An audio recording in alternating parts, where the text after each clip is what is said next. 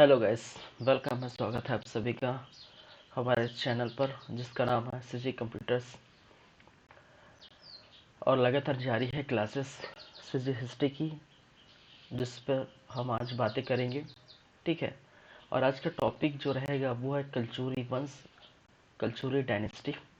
और कलचुरी वंश का पार्ट 4 लेके आए हैं आप लोगों के लिए। पार्ट 3 तक ये हो गया था और पार्ट 3 तक हम देखे थे रतनपुर के कलचुरी वंश। ठीक है। तो पार्ट 3 तक कलचुरी वंश की कुछ डेफिनेशंस, कुछ इंट्रोडक्शंस की बातें किए थे, फिर रतनपुर के कलचुरी वंश की बातें किए थे। तो ये पार्ट 3 तक हो गया था। उसके बाद हम बात करेंगे आज की क्लास में कलचुरी वंश के जो रायपुर के कलचुरी शासक। ठीक है। रायपुर के कलचुरी शासक थे जिसको लहुरी शाखा के नाम से जाना जाता था। ठीक है। चलिए,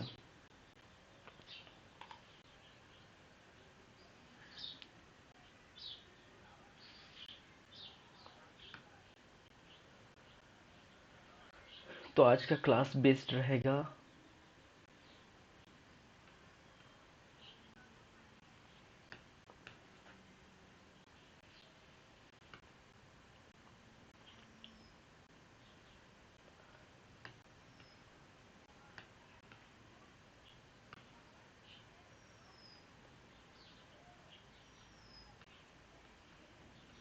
रायपुर के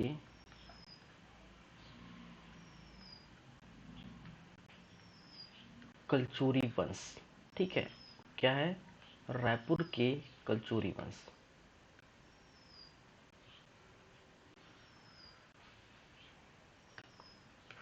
1 मिनट यार।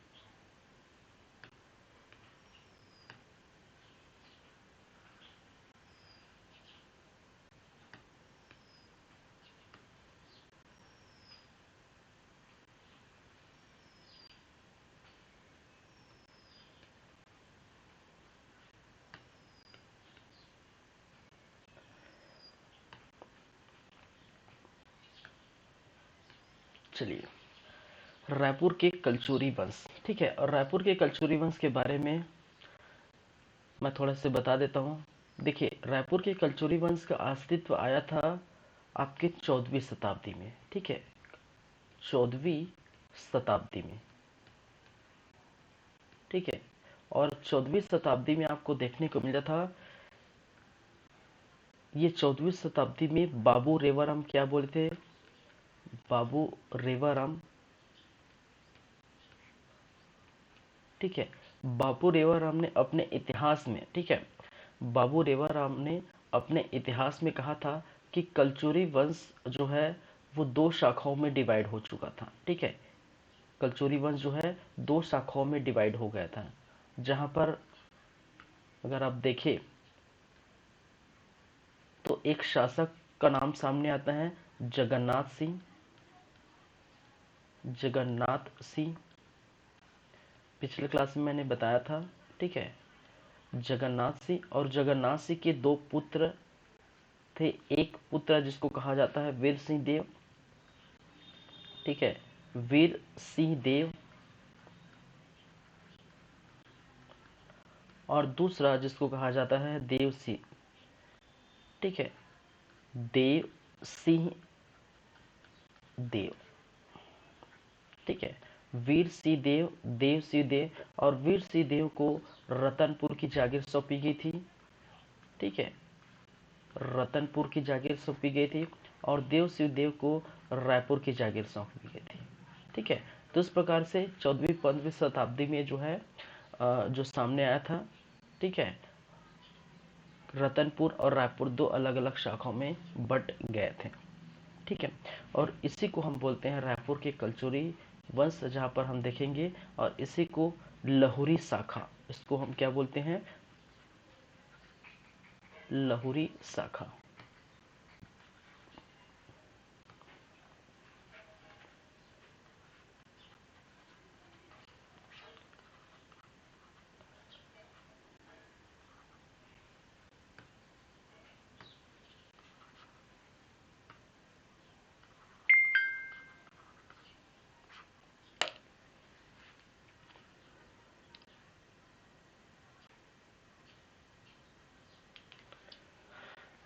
ठीक है, चलिए, तो रायपुर लहुरी शाखा के प्रमुख शासक को हम पहले देख लेते हैं।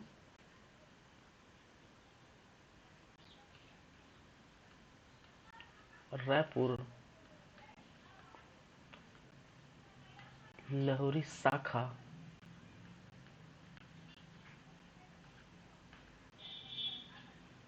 के प्रमुख शासक जिनके बारे में आज हम पढ़ने वाले हैं।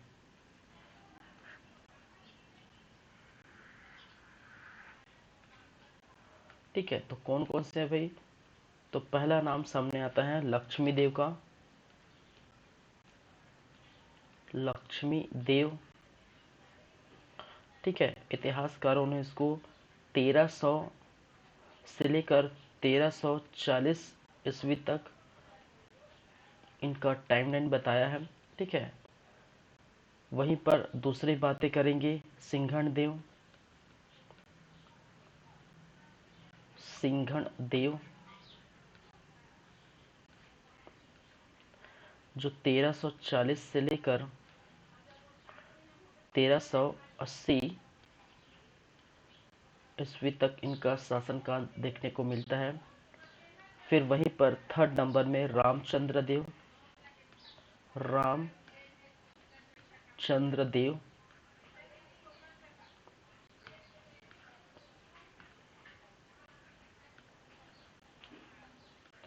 और रामचंद्र देव जो 1380 से लेकर 1400 ईस्वी तक इनका शासनकाल सामने आया है।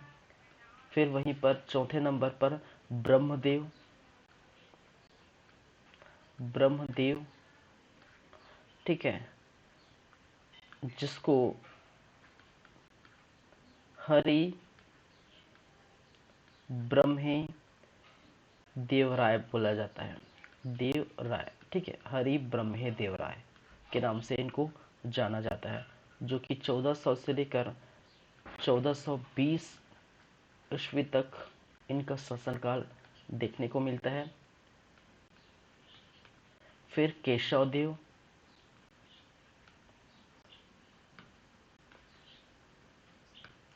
फिर क्या है? केशव देव,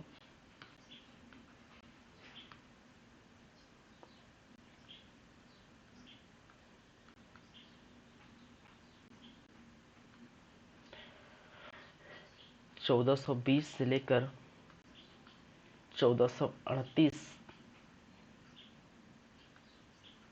ईस्वी इनका टाइमलाइन है। फिर अमर सिंह देव। अमर सिंह देव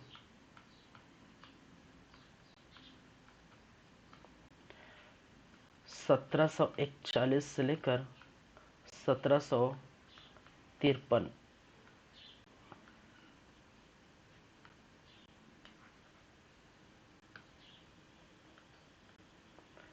53 ईस्वी। ठीक है, और देखिए इन दोनों के बीच याद रखिए, ये केशव देव और अमर सिंह, इन दोनों के बीच कहा जाता है लगभग 16 और शासक हुए हैं। ठीक है, 16 और शासक हुए।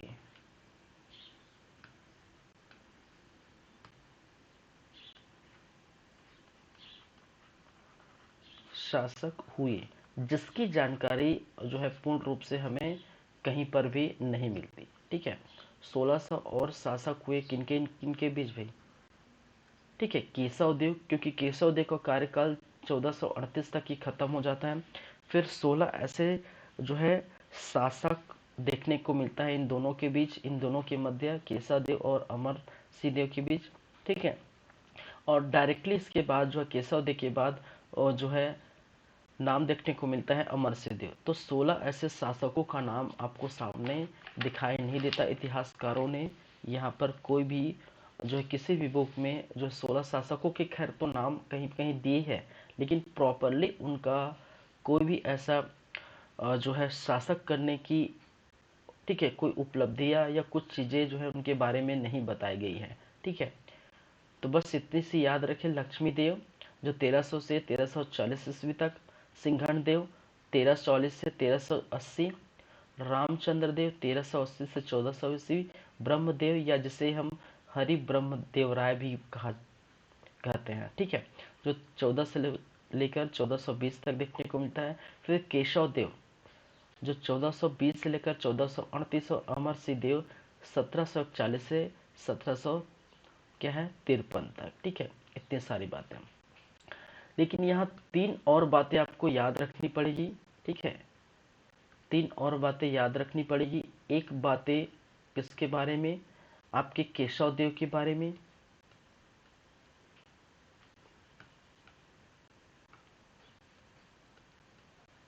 केशव देव, ठीक है। दूसरी बातें आपको याद रखनी पड़ेगी रामचंद्र देव, चंद्रदेव। और तीसरी बातें याद रखनी पड़ेगी आपको किसके बारे में, लक्ष्मी देव, लक्ष्मी देव। ठीक है, देखिए क्योंकि अलग अलग बुकों में इनका जो है शासन करने का जो है अलग अलग देखने को मिलता है। केशवदेव, ठीक है, इनको कहा जाता है लाहौरी शाखा के संस्थापक के रूप में। ठीक है, इनको रायपुर लाहौरी शाखा का संस्थापक माना जाता है। ठीक है, संस्थापक, पहली बात है। ठीक है, लेकिन ध्यान देने वाली बात है कि जो सीजी पेशी है, ठीक है, सीजी पेशी क्या बोलते हैं कि रामचंद्र देव जो है, इनके अनुसार, सीजी पेशी के अनुसार, ठीक है, इन्होंने लिया कि रामचंद्र देव रायपुर के जो है संस्थापक माने जाते हैं। ठीक है, रायपुर लाहौरी शाखा के, रायपुर के संस्थापक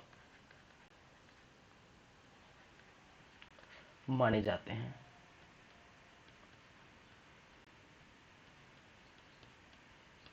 ठीक है, किन के अनुसार भाई, सीजीपीएससी के अनुसार ये क्या है, रायपुर के क्या है शासक माने जाते हैं।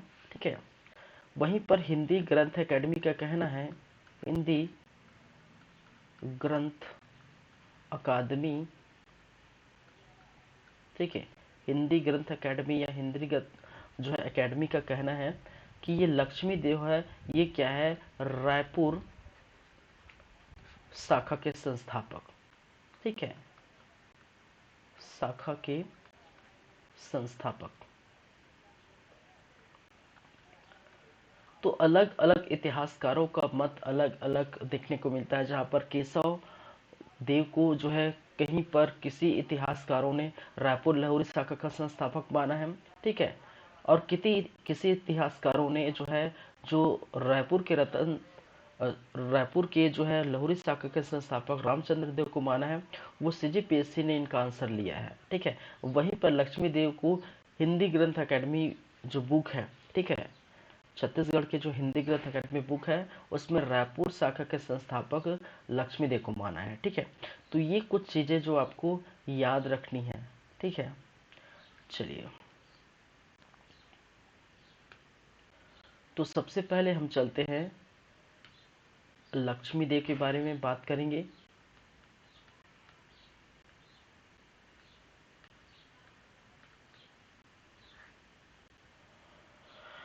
ठीक है, जो कि 1300 से लेकर 1340 तक ये शासन पर रहे या गद्दी पर रहे। देखिए रायपुर लाहौरी शाखा में ज़्यादा कुछ खास आपको देखने को नहीं मिलता। ठीक है, तो सबसे पहले क्या है, लक्ष्मी देव। और लक्ष्मी देव के बारे में कहा जाता है ठीक है, यहाँ पर आपको ब्रह्मदेव की कुछ शिलालेख देखने को मिलती है। ठीक है, लक्ष्मी देव के बारे में जो कहा गया है, ठीक है, ब्रह्मदेव के कुछ दो शिलालेख है जहाँ पर ब्रह्मदेव का शिलालेख, ठीक है, और ब्रह्मदेव के शिलालेख में यह ज्ञात होता है कि लक्ष्मी देव के बारे में कुछ पता चलता है। और वो शिलालेख कौन है? एक शिलालेख है आपको जो है रायपुर विक्रम संवत के नाम से, रायपुर विक्रम संवत के नाम से,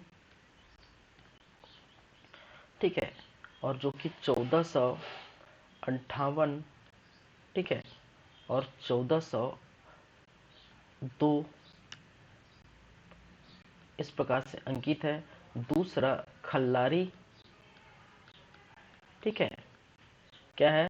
दूसरा खल्लारी विक्रम संवत, विक्रम संवत, ठीक है, और खल्लारी विक्रम संवत में जो 1470, ठीक है, 1470 से 1470 और 1415 इस प्रकार से देखने को मिलता है।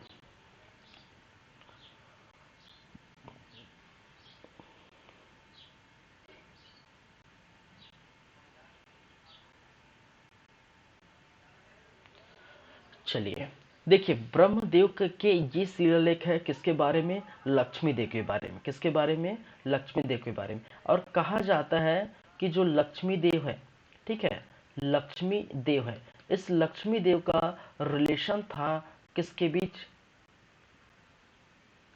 रतनपुर के शासकों के साथ, ठीक है, इनका रिलेशन था रतनपुर के शासकों के साथ, इनका रिलेशन था। ठीक है, कहा जाता था कि रतनपुर के किसी शासक, ठीक है, कोई शासक है, ठीक है, तो वो उस शासक के चाचा या चचेरे भाई या फिर चचेरे भाई होंगे। ठीक है, इस प्रकार से इन दोनों के बीच क्या था? संबंध देखने को मिला था। किनके किनके बीच भाई? लक्ष्मी देव और रतनपुर के शासकों के साथ इनका जो है संबंध देखने को मिलता था। ठीक है, और कहा जाता है कि रतनपुर के जो है शाखा के जो शासक थे, ठीक है, उनका संबंध लक्ष्मी देव के साथ था। और वो उनके क्या लगते थे? चाचा लगते थे, लक्ष्मी देव के चाचा लगते थे या चचेरे भाई लगते थे। ठीक है, तो कुछ इतिहासकारों ने, ठीक है, चाचा कहा है और कुछ इतिहासकारों ने चचेरे भाई कहा है। ठीक है, तो इस प्रकार से कोई ना कोई रिलेशन जो है इनके बीच था। ठीक है, और इसी रिलेशन के चलते, इसी संबंध के चलते कहा जाता है कि जो लक्ष्मी देव है, ठीक है, इसी लक्ष्मी देव को बाद में जो रतनपुर के जो शासकों ने क्या किया गया था? लक्ष्मी देव को रायपुर की जागीर सौंपी थी, या रायपुर की जागीर सौंपी। ठीक है, किसको जागीर सौंपी? किसको भाई? लक्ष्मी देव को। कौन सौंपे? रतनपुर के कुछ शासक जो इनको क्या बोलते थे, कहा जाता है इनके चाचा लगते थे, जो भी है, तो इनको रायपुर के जो है जागीर सौंपी। और बाद में इन दोनों शासकों के बीच, कहने का मतलब है रतनपुर के शासक और रायपुर के शासक, कहने का मतलब है लक्ष्मी देव और रतनपुर के शासकों के बीच कुछ मतभेद हो गया था। और इसी मतभेद के चलते कहा जाता है कि ये क्या हो गया, बाद में स्वतंत्र हो गए। ठीक है, क्या हो गए? क्या हो गया भाई? स्वतंत्र हो गए। कहने का मतलब ये है,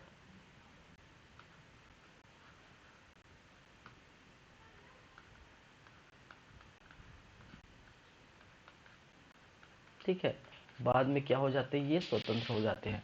तो बस इतने सी कहानी है, ज़्यादा कुछ देखने को नहीं मिलता कि ब्रह्मदेव के दो शिलालेख है। ठीक है, एक रायपुर विक्रम संवत, दूसरा खल्लारी विक्रम संवत। और रायपुर और खल्लारी विक्रम संवत में लक्ष्मी देव का रिलेशन रायपुर रतनपुर के शासकों के साथ बताया है, इनका संबंध, जो कि चचेरे भाई या चाचा थे, और जिन्होंने उनको जागीर सौंपी थी रायपुर की। और बाद में मतभेद के चलते, ठीक है, क्या हो गया था, मतभेद। ठीक है, बाद में दोनों शासकों के बीच जो है रायपुर और रतनपुर के शासकों के बीच क्या हो गया था, मतभेद हो गया था, और मतभेद के चलते कहा जाता है कि ये स्वतंत्र हो गए बाद में। ठीक है, तो इतनी सी बातें हैं, लक्ष्मीदेव के बारे में ज़्यादा कुछ खास नहीं है। ठीक है, तो याद रखिए। चलिए, नेक्स्ट जो है वो कौन है, वो आपको देखने को मिलेगा सिंघन देव। क्या है,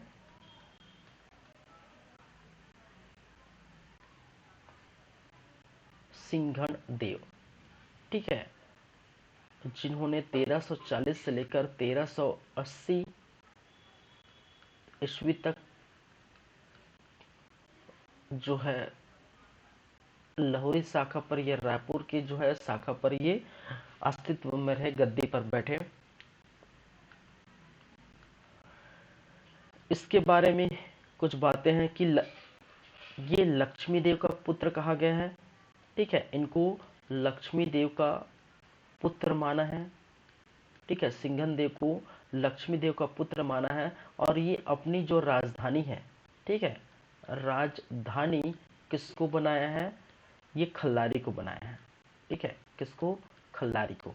वहां पर जहां पर इनके पिताश्री, ठीक है, इनके पिताश्री कौन, जो लक्ष्मी देव है। ठीक है, और लक्ष्मी देव की जो है उनकी भी जो राजधानी है वो क्या थी, इनकी भी बोल सकते हैं, इनकी जो राजधानी है,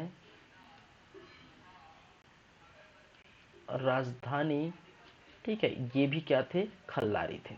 ठीक है, ये भी खल्लारी थे। खल्लारी में इनको क्या देखने को मिला था, शासन करने की जो है बातें सामने आई हैं। ठीक है, चलिए, बाद में मतभेद के चलते ये क्या हो जाते हैं, अपने आप को स्वतंत्र कर लेते हैं यहाँ से। वहीं पर सिंघन देव जो लक्ष्मी देव का पुत्र है, राजधानी खल्लारी है। ठीक है, और यहीं पर खल्लारी संवत, ठीक है, जहां पर किसका है भाई, ब्रह्मदेव का, खल्लारी संवत। और खल्लारी संवत से ये जानकारी मिलती है, ठीक है, क्या जानकारी मिलती है, ये जानकारी मिलती है कि सिंघन देव ने अपने शत्रुओं से रायपुर के 18 गढ़ जीते थे। ठीक है, तो ये भी याद रखिए, कई बार क्वेश्चन सामने आता है कि इन्होंने क्या किया था, सिंघन देव ने, सिंघन देव ने अपने शत्रुओं से,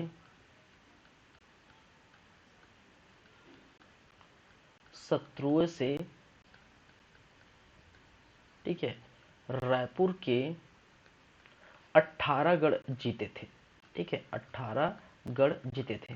ठीक है, गढ़ वाली बात जब हम करेंगे, ठीक है, और दूसरे क्लास में जहाँ पर 36 गढ़ों का निर्माण किस प्रकार से सामने आया है। ठीक है, 18 गढ़ जो रतनपुर के आसपास के क्षेत्र है, और जो है रायपुर के आसपास के क्षेत्र है। ठीक है, 18 गढ़, तो इस प्रकार से 36 गढ़ों का निर्माण देखने को मिला है।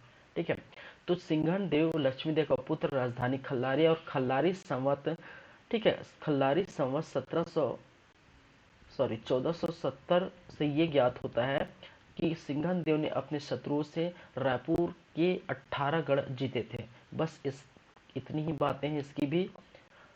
ठीक है, रायपुर जो है कि शाखा या लाहौरी शाखा की जो है ज़्यादा कुछ खास देखने को नहीं मिलता, शासकों के बारे में जानकारी।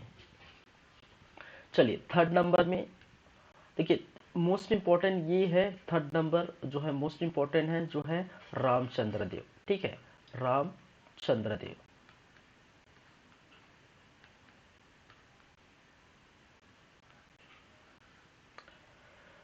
जो कि 1380 से लेकर 1400 ईस्वी तक ये शासन काल में रहे थे। ठीक है, तो याद रखिए, जो मोस्ट इम्पोर्टेंट है वो तो आपका जो है क्या देखने को मिलता है, एक तो आपके जो है रामचंद्र देव है, दूसरा ब्रह्मदेव है, और तीसरा अमरसिंह देव है। ठीक है, ज्यादा रायपुर लाहौरी शाखा के प्रमुख शासकों में, ठीक है, जहां से क्वेश्चन पूछे जाते हैं, और कभी कभी, ठीक है, कभी कभी ये 16 शासकों के बीच जो गेप बना हुआ है, ठीक है, इनसे भी कभी कभी क्वेश्चन पूछे जाते हैं, ठीक है। तो वो जो 16 शासक, उनको आप सिर्फ और सिर्फ नाम से याद रखें। कभी कभी ऐसा क्वेश्चन पूछा जाता है, कई सीजीपीएससी में एक बार क्वेश्चन पूछा था, निम्नलिखित में से रायपुर के राहुरी शाखा इनमें से है, ठीक है। तो और बहुत सारे नाम, जैसे मैंने कहा 16 और शासक थे जिनके नाम, ठीक है। तो आपको 16 और शासक जिनके नाम थोड़ा थोड़ा याद रखनी है, ज़्यादा उनके बारे में याद रखनी नहीं है, ठीक है। याद जो रखनी है वो खासकर आपको क्वेश्चन कहाँ से पूछे जाते हैं, यहाँ से आपको रामचंद्र देव के बारे में पूछा जाएगा खासकर, ठीक है। पूछा जाएगा ब्रह्मदेव के बारे में, ठीक है। और पूछा जाएगा खासकर जो अमर सिंधु सबसे लास्ट शासक काल है। कहीं ना कहीं क्वेश्चन आपको केशव देव के बीच कभी कभी आ जाता है, ठीक है, अलग बात है। क्योंकि कई बार मैंने कहा था केशव देव को जो है यहाँ का प्रथम शासक बोला जाता था। कभी कभी सीजीपीएससी रामचंद्र को प्रथम शासक लिया, और कहीं कहीं जो लक्ष्मी देव को हिंदी ग्रंथ अकेडमी द्वारा ये प्रथम शासक माने हैं, ठीक है। तो इस चीज को ध्यान रखिए। तो बेसिकली रामचंद्र देव, ब्रह्मदेव और अमर सिंह जो है मोस्ट इंपॉर्टेंट यहाँ पर रायपुर लाहौरी शाखा के क्या है, प्रमुख शासक थे, ठीक है। चलिए, तो इनके बारे में एक तो जो है रायपुर शिलालेख और खल्लारी शिलालेख, ठीक है। रायपुर शिलालेख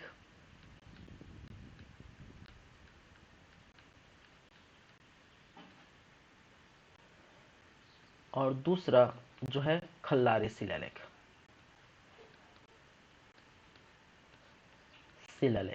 ठीक है। इनके नामों पर चर्चा है भाई साहब, ठीक है। रायपुर शिलालेख और खल्लारी शिलालेख, जहां पर रायपुर शिलालेख में इनको रामचंद्र के नाम से पुकारा करते थे, ठीक है। रामचंद्र के नाम से जाना जाता था। इसमें रायपुर शिलालेख में रामचंद्र नाम जो है उकेरे गए थे, ठीक है, इनके नाम में, ठीक है।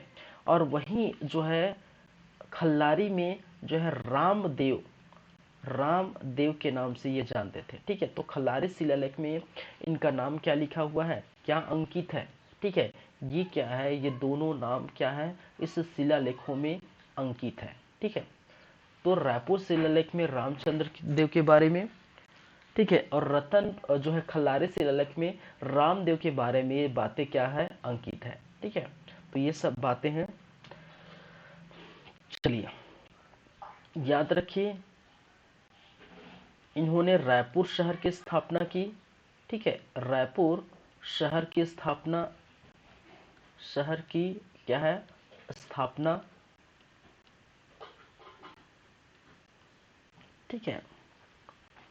चलिए, रायपुर शहर की स्थापना की, लेकिन रायपुर शहर का जो नामकरण है, ठीक है, इस रायपुर शहर का जो है नामकरण, नामकरण ये नामकरण और जो है अपने पुत्र, किसके नाम पर, पुत्र ब्रह्मदेव के नाम पर किया है, ठीक है। ब्रह्मदेव राय के नाम पर किया गया, के नाम पर किया गया, ये याद रखिए, ये मोस्ट इंपॉर्टेंट है। ये कई बार यहां से क्वेश्चन पूछे गए हैं,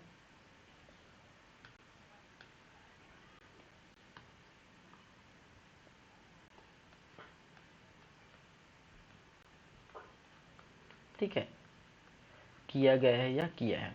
तो रायपुर शहर की स्थापना रामचंद्र द्वारा की थी, ठीक है, पहली बात। लेकिन उनका नामकरण, रायपुर का जो है नामकरण, शहर तो बसा लिया, लेकिन शहर बसाने के बाद जो नामकरण किया गया है, ठीक है, तो वो अपने पुत्र, और उनका पुत्र है ब्रह्मदेव राय, ठीक है, क्या है, ब्रह्मदेव राय। और अपने पुत्र ब्रह्मदेव राय के नाम पर जो है रायपुर का शहर के जो है नामकरण किया गया। ब्रह्मदेव राय, राय का जो है लास्ट दो जो है डिजिट जो है राय, ठीक है, वहां से रायपुर शहर की स्थापना, ठीक है, उनके नाम पर देखने को मिलता है। चलिए, ये हो गई। और राजधानी भाई साहब किसको बनाया इन्होंने, और राजधानी, और राजधानी बनाया इन्होंने खल्लारी को, किसको, खल्लारी, या इसका प्राचीन नाम खलवाटिका, ठीक है, आप जानते हैं।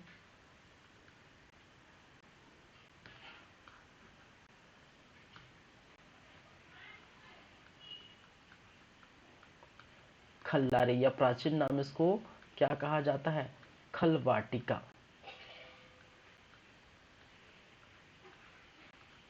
को इन्होंने क्या बनाया, राजधानी के रूप में तब्दील कर दिया, राजधानी के रूप में बनाया। ठीक है, चलिए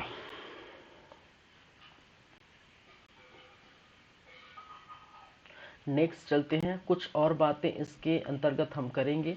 ठीक है, और यही खल्लारी शिलालेख के अनुसार, ठीक है, खल्लारी शिलालेख, खल्लारी शिलालेख और खल्लारी शिलालेख के अनुसार कहा जाता है कि इन्होंने इन्होंने ठीक है, नागवंशी शासक जो है भोनिंग देव, या जिसको मोनिंग देव भी कहा जाता है, ठीक है, उनको क्या किया है, पराजित किया है। ठीक है, तो नागवंशी नागवंशी शासक, ठीक है, और नागवंशी शासक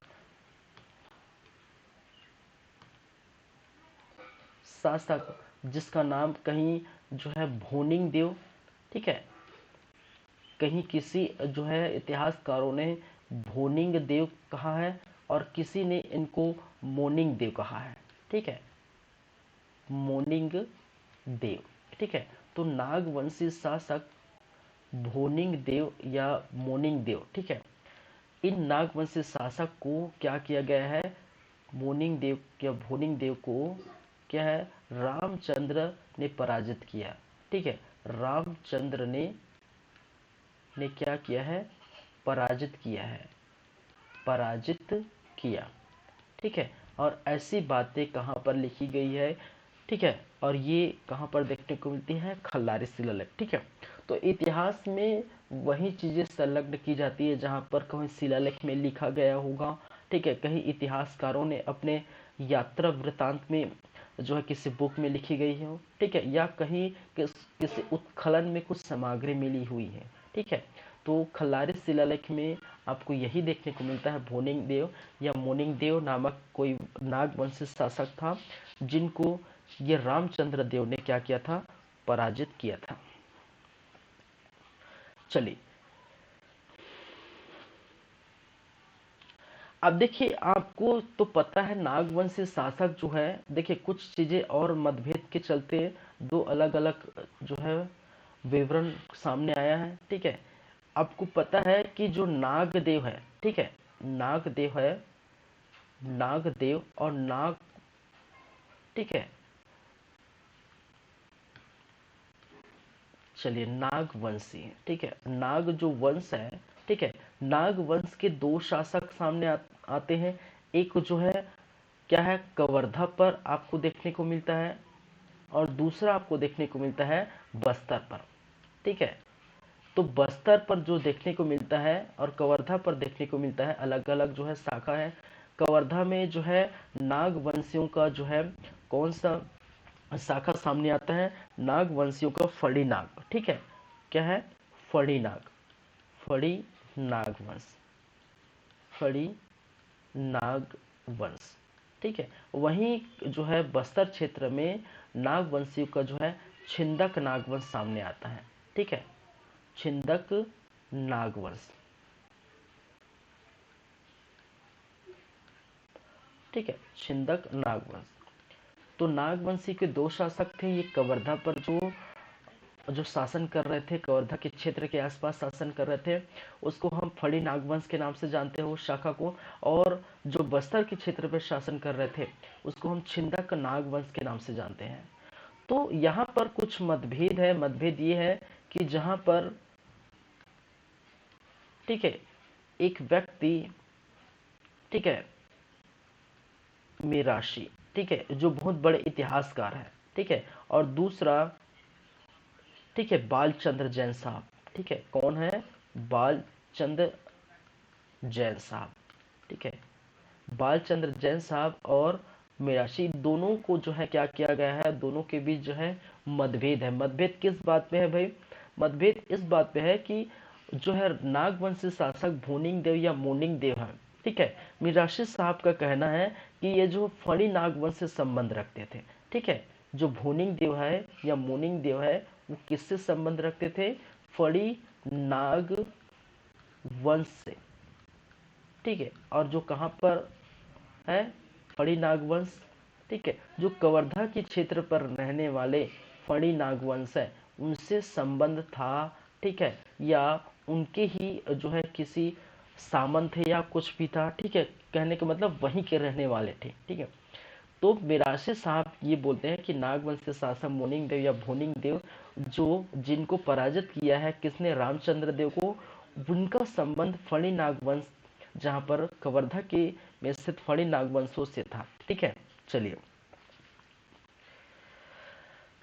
लेकिन बालचंद जैन साहब कहते हैं कि भाई साहब आप जो बोल रहे हैं, ठीक है, आप किस हिसाब से बोल रहे हैं, क्योंकि बालचंद जैन साहब बोलते हैं कि ये या तो फणी नागवंश, फणी नाग, फणी नाग या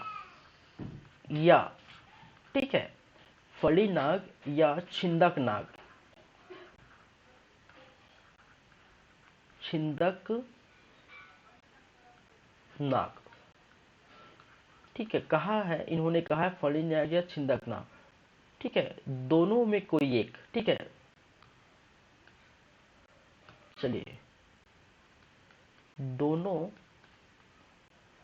में कोई एक से संबंध है, तो मतलब तो एक ही हो गया भाई साहब। जहां पर मेरासे साहब बोलते हैं फड़ी नागवंश से संबंधित है, और वही बालचंद जैन अपने आप में कंफ्यूज है। उनका कहना है बालचंद जैन साहब का कि फड़ी नागवंश या छिंदक नागवंश किसी दोनों में से कोई एक वंश से, ठीक है, या एक शाखा से क्या है, संबंधित है, ठीक है। तो उनका ये स्पष्ट नहीं है कि फणी नागवंश ही होगा या छिंदक नागवंश ही होगा, ठीक है। उनका मानना दोनों में कोई एक हो सकते हैं, ठीक है। लेकिन मिरासे साहब जो है अपनी बात में कायम, वो फणी नागवंश या कवर्धा के फणी नागवंश से संबंध रखते हैं, ऐसा कहा गया है, ठीक है। तो ये बातें सिर्फ आपको जो है ध्यान रखनी है। जहाँ यहाँ से ऐसा कोई क्वेश्चन ऐसा कुछ नहीं आता कि बालचंद्र साहब ने क्या कहा है या मिरासी साहब ने क्या कहा, ठीक है। बस इतना मानिए कि वो नागवंशी शासक थे मोनिंग देव, और जिनको रामचंद्र ने हराया। ही कई बार क्वेश्चन सीजी व्यापम में पूछा गया है, ठीक है। तो इसको बस ध्यान रखनी, ठीक है। ये कुछ एक्स्ट्रा बातें हैं जिनको आप ध्यान रख सकते हैं। चलिए, तो स्पष्ट बालचंद्र साहब नहीं कहते हैं, ठीक है, और मिरासी साहब स्पष्ट कहते हैं कि वो फणी नागवंश के थे। चलिए, बालचंद्र साहब दोनों में से कोई एक, ठीक है, होंगे। चलिए,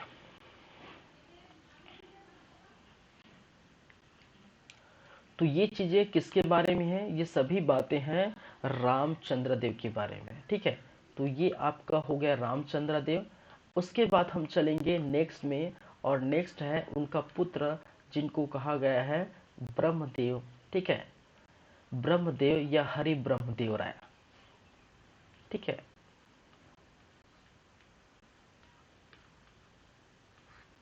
ब्रह्मदेव राय, या जिसको हरि ब्रह्मदेव राय भी बोला जाता है, हरि ब्रह्मदेव राय, ठीक है। तो ये 1400 से लेकर 1420 तक आपको नजर आएंगे, गद्दी पर बैठेंगे, ठीक है। तो ये 40 नहीं भाई, ये 4 है।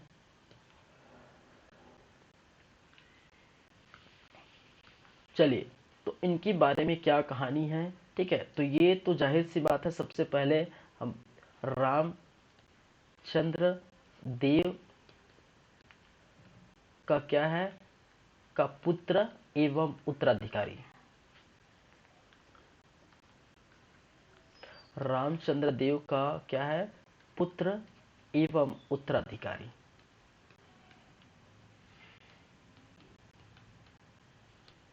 ठीक है।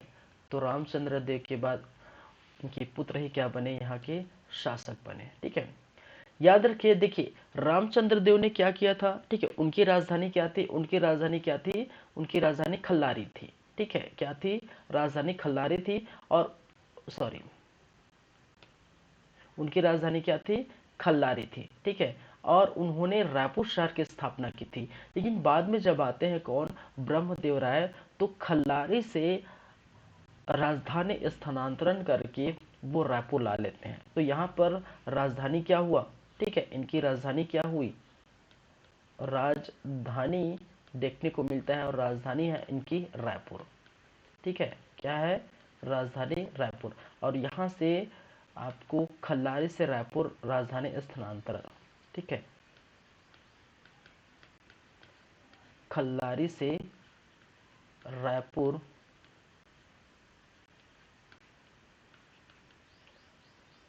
स्थानांतरण या ट्रांसफर, जो भी आप बोल सकते हैं, ठीक है। तो खल्लारी से रायपुर जो है राजधानी किन्होंने ट्रांसफर की थी, इन्हीं भाई साहब ने की थी, ब्रह्मदेव राय ने, ठीक है। चलिए कुछ इनके निर्माण पर चलते हैं, ठीक है। इन्होंने कुछ निर्माण कराए हैं, ब्रह्मदेव राय ने कुछ निर्माण कराए हैं। क्या क्या बनाया है भाई, क्या क्या निर्माण कराए हैं, उनको हम देख लेते हैं। तो निर्माण कराया वो, एक तो पहला है आपके, आप जानते हैं जो रायपुर में रहते हैं या नहीं रहते वो भी जानते होंगे, जाहिर सी बात है, ठीक है, बूढ़ा तालाब, बूढ़ा तालाब जो रायपुर का जो है बूढ़ा तालाब है, जहाँ पर जो है पुलिस लाइन के पास आपको देखने को मिलता है, ठीक है। तो वो आप देखने को मिलेगा। तो इनका निर्माण, ठीक है, बूढ़ा तालाब का निर्माण इन्होंने ही करा है। साथ ही साथ दूधाधारी मठ, ठीक है, कहाँ पर,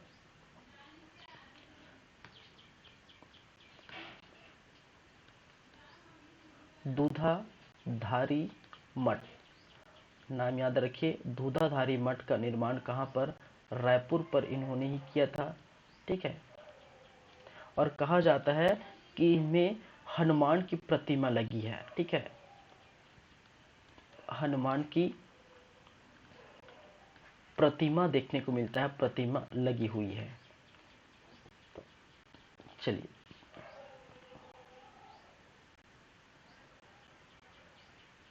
हटकेश्वर मंदिर, ठीक है, हटकेश्वर मंदिर, हटकेश्वर मंदिर, और जहां पर, कहां पर, रायपुर के हटकेश्वर मंदिर का निर्माण भी इनके द्वारा देखने को मिलता है, ठीक है।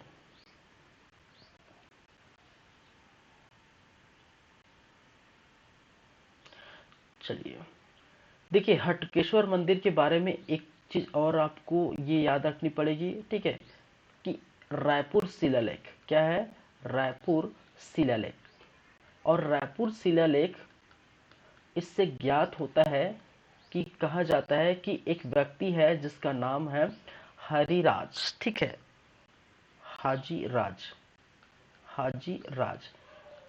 रायपुर शिलालेख से ये ज्ञात होता है कि हाजी राज नामक व्यक्ति ने, नामक,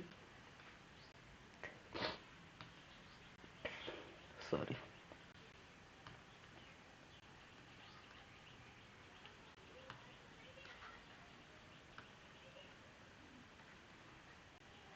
नामक व्यक्ति ने इसी मंदिर का निर्माण करा है, इसी मंदिर या फिर जिसको कहते हैं हटकेश्वर मंदिर का निर्माण कराया है, ठीक है, निर्माण कराया है, ठीक है। तो मैंने क्या कहा कि हटकेश्वर मंदिर जो कहाँ पर स्थित है, रायपुर पर स्थित है, और जहाँ पर ये देखने को मिलते हैं, कहाँ पर, जो है रायपुर शिलालेख, ठीक है, रायपुर शिलालेख 1402, ठीक है। इससे ये जानकारी मिलती है कि इनका जो है निर्माण, इस मंदिर का निर्माण हरिराज नामक व्यक्ति ने इसी मंदिर का निर्माण कराया है। चलिए एक और है जिसको कहते हैं ये कहाँ पर है आपके, खल्लारी पर, ठीक है, कहाँ पर है, विष्णु मंदिर, क्या है, विष्णु मंदिर, ठीक है।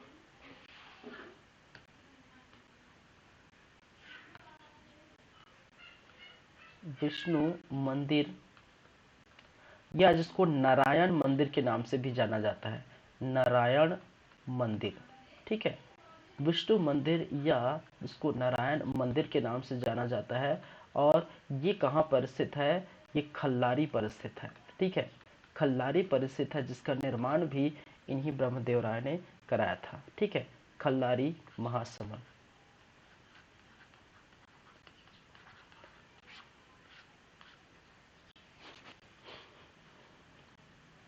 चलिए,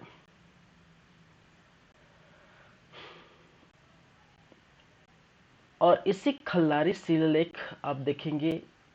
ठीक है, मैं नेक्स्ट पेज लेता हूँ। ठीक है, मैंने क्या कहा, चौथे नंबर पर जो है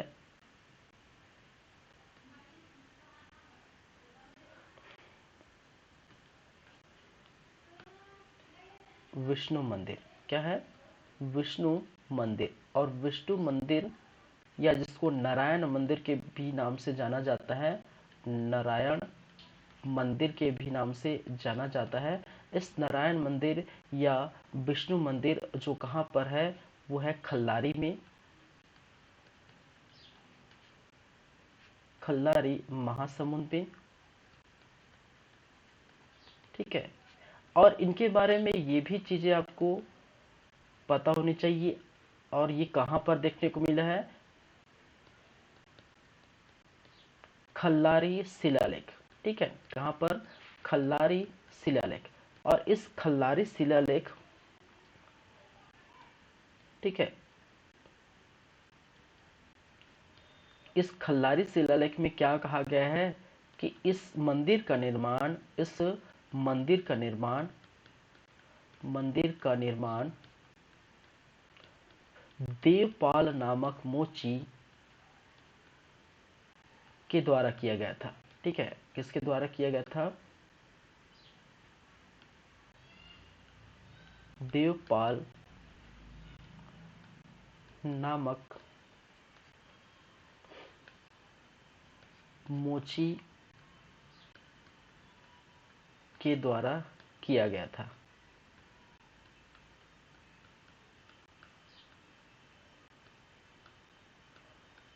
ठीक है, तो ये बातें आपको याद रखनी है। देवपाल नामक जो है मोची के द्वारा इसी विष्णु मंदिर, नारायण मंदिर, जहाँ पर खल्लारी की मंदिर भी कहा जाता है, का निर्माण इनके द्वारा किया गया था। ठीक है, तो इनके बारे में ब्रह्मदेव राय जो है, या जो हरि ब्रह्मदेव राय, रामचंद्र देव का पुत्र या उत्तराधिकारी, राजधानी रायपुर, जो खल्लारी से रायपुर स्थानांतरण इन्होंने किया था अपनी राजधानी निर्माण के में। अगर देखें तो बूढ़ा तालाब रायपुर का निर्माण इनके ही द्वारा किया गया था। दूधाधारी मठ, ठीक है, दूधाधारी मठ जो रायपुर में स्थित है, उसी का भी निर्माण इनके द्वारा किया गया था, जहां कहा जाता है कि हनुमान की प्रतिमा इसमें लगी हुई है। ठीक है, हटकेश्वर मंदिर, ठीक है, जो कि रायपुर में स्थित है। और रायपुर शिलालेख से ये ज्ञात होता है कि एक व्यक्ति जिसका नाम है हाजी राज नामक व्यक्ति, ठीक है, इस व्यक्ति ने इस मंदिर का निर्माण कराया है। वहीं पर हम बात करें अगर विष्णु मंदिर की, तो विष्णु मंदिर जिसको नारायण मंदिर भी कहा जाता है, खल्लारी में उपस्थित है, महासमुंद में। ठीक है, तो ये खल्लारी शिलालेख से ये ज्ञात होता है कि इस मंदिर का निर्माण देवपाल नामक मुची ने किया था। ठीक है, तो इस प्रकार से आप देखते हैं शासकों के बारे में।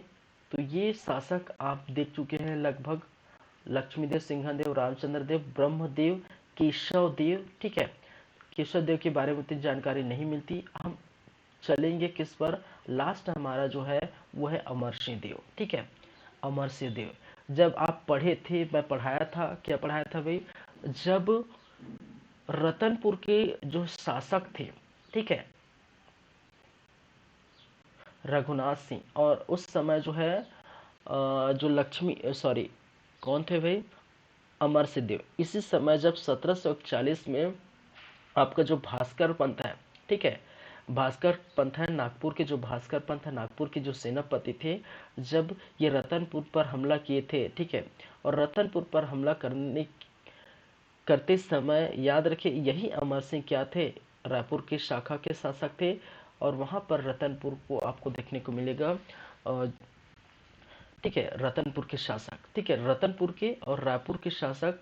ठीक है, तो अमर सिंह जब यहाँ पर 1741 पर आप पढ़े हैं कि जो सेनापति भास्कर पद ने, ठीक है, रघुनाथ सिंह पर जो है हमला किया था, तो अमर सिंह कुछ नहीं बोले, चुपचाप बैठे रहे। ठीक है, ये चीजें हमने बात की थी। ठीक है, चलिए, तो इसको अगर अमर सिंह यहाँ पर कुछ बोलते तो उसको भी गद्दे से हटा दिया जाता, लेकिन बाद में देखिए, बाद में रायपुर और रतनपुर के जो है चीजें बाद में लगभग एक साथ मराठों में ये विलय हो गया था। ठीक है, 1753 में देखिए, वही 1758 के आसपास वो भी जो है आपको देखने को मिलेगा कि रतनपुर भी किसके अंतर्गत देखने को मिलेगा। ठीक है, महाराष्ट्रों की या मराठों की जो है उनमें विलय हो जाता है। चलिए, तो लास्ट है, अंतिम है हमारा, और वो है अमर सिंह। ठीक है, क्या है, चलिए, अमर सिंह देव।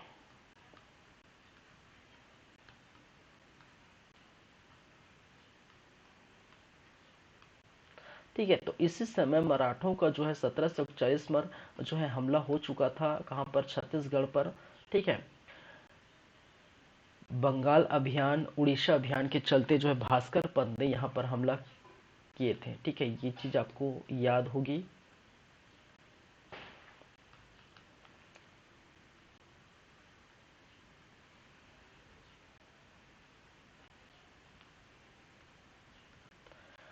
चलिए, अमर सिंह देव।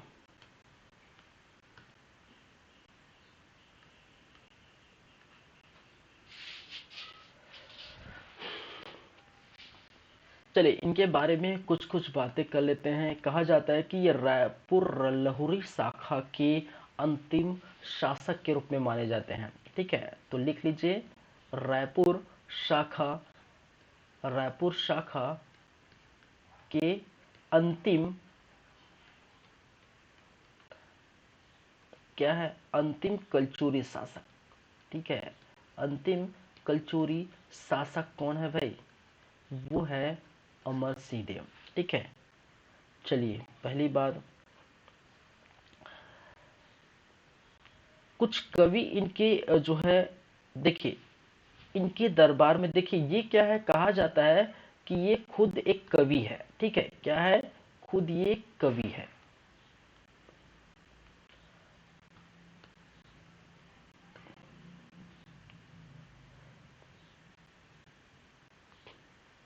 क्या है, ये एक अच्छे कवि थे। अच्छे क्या थे, कवि थे। कहा जाता है कि अमर सिंह एक अच्छा जो है कवि था, और अच्छे कवि होने के साथ साथ ही देखिए, जो जो व्यक्ति जिस चीज में शौक रखता है, ठीक है, उसी चीज को ज्यादा जो है आश्रय देते हैं। ठीक है, तो जो राजा महाराजा के दरबार में आप देखे होंगे, ठीक है, राजा महाराजा के दरबार में उस समय इंटरटेनमेंट के कोई साधन नहीं थे। ठीक है, मनोरंजन एंटरटेनमेंट के कोई साधन नहीं था। ठीक है, इसी कारण से वहाँ जो है कुछ जो है नाचने वाले, कुछ गाने वाले, ठीक है, कुछ जो है मनोरंजन करने वाले जो है रहते थे। तो कहा जाता है कि अमर सिंह देव अच्छे कवि थे, और उनको कवि, कविता कहने या कवि सुनने का बड़ा शौक था। तो उन्होंने कुछ व्यक्तियों को क्या किया था, आश्रय दिया था। ठीक है, क्या किया था, कुछ व्यक्तियों को उन्होंने क्या है, आश्रित किया था, आश्रय दिया था, जिनका एक नाम आपको सामने आता है, गोपाल मिश्र के पुत्र पिंगलाचार्य। ठीक है,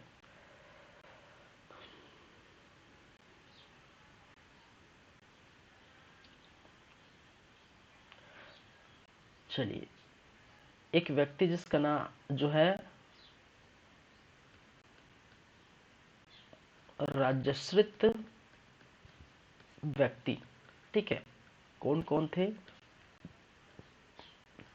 एक तो पिंगलाचार्य, पिंगलाचार्य, ठीक है, और ये कहा जाता है गोपाल मिश्र के पुत्र थे।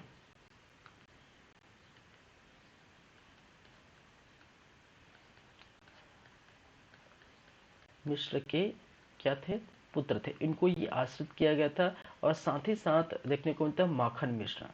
ठीक है, क्या है, माखन मिश्र। ठीक है, तो इनको क्या है, ये देखने को मिला है। तो इन दोनों व्यक्ति को उन्होंने क्या किया था, कवि के रूप में, जो राज्य में, ठीक है, इनके दरबार में रहे थे, ठीक है, बोल सकते हैं दरबारी कवि थे। चलिए,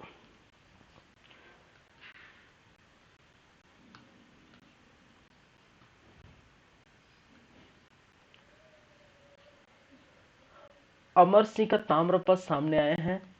अमर सिंह, अमर सिंह का ताम्रपत्र क्या है, ताम्रपत्र। अमर सिंह का ताम्रपत्र 1722 1735 अंकित है। ठीक है, उस समय इनको क्या देखने को मिलता है, और इनके अनुसार, ठीक है, इस ताम्रपत्र के अनुसार कहा जाता है कि इस समय, ठीक है, मराठों ने अमर सिंह की राज्य क्या कर ली थी, छीन ली थी, और छीनने के बाद रायपुर, राजिम और पाटन की जागीर इनको सौंप दी थी। लेकिन सौंपते सौंपते इन्होंने कहा गया था कि भाई साहब, ठीक है, हम तो आपको जो है कुछ जागीर सौंप देते हैं, लेकिन आपको प्रति वर्ष 7,000 क्या है, टकोली प्रति वर्ष देना पड़ेगा। ठीक है, चलिए, तो मैं इसको नेक्स्ट पेज में ले चलता हूँ, क्योंकि ये थोड़ा, ठीक है, मैंने क्या कहा कि जो अमर सिंह है, अमर सिंह, और अमर सिंह की क्या है, जो विक्रम संवत है, विक्रम संवत, और विक्रम संवत 1722-35 से ये पता चलता है, 35 ईस्वी। ठीक है, इससे ये पता चलता है कि इसके अनुसार, ठीक है,